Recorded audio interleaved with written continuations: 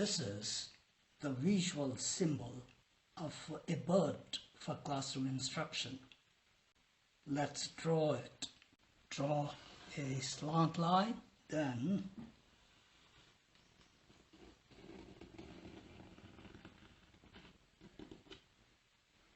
draw a curve like this.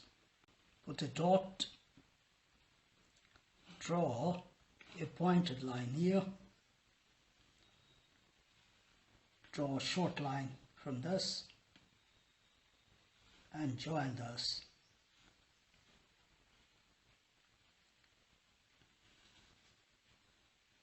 Put another oblique line here and then a short going down line, curve it up and join it with the other.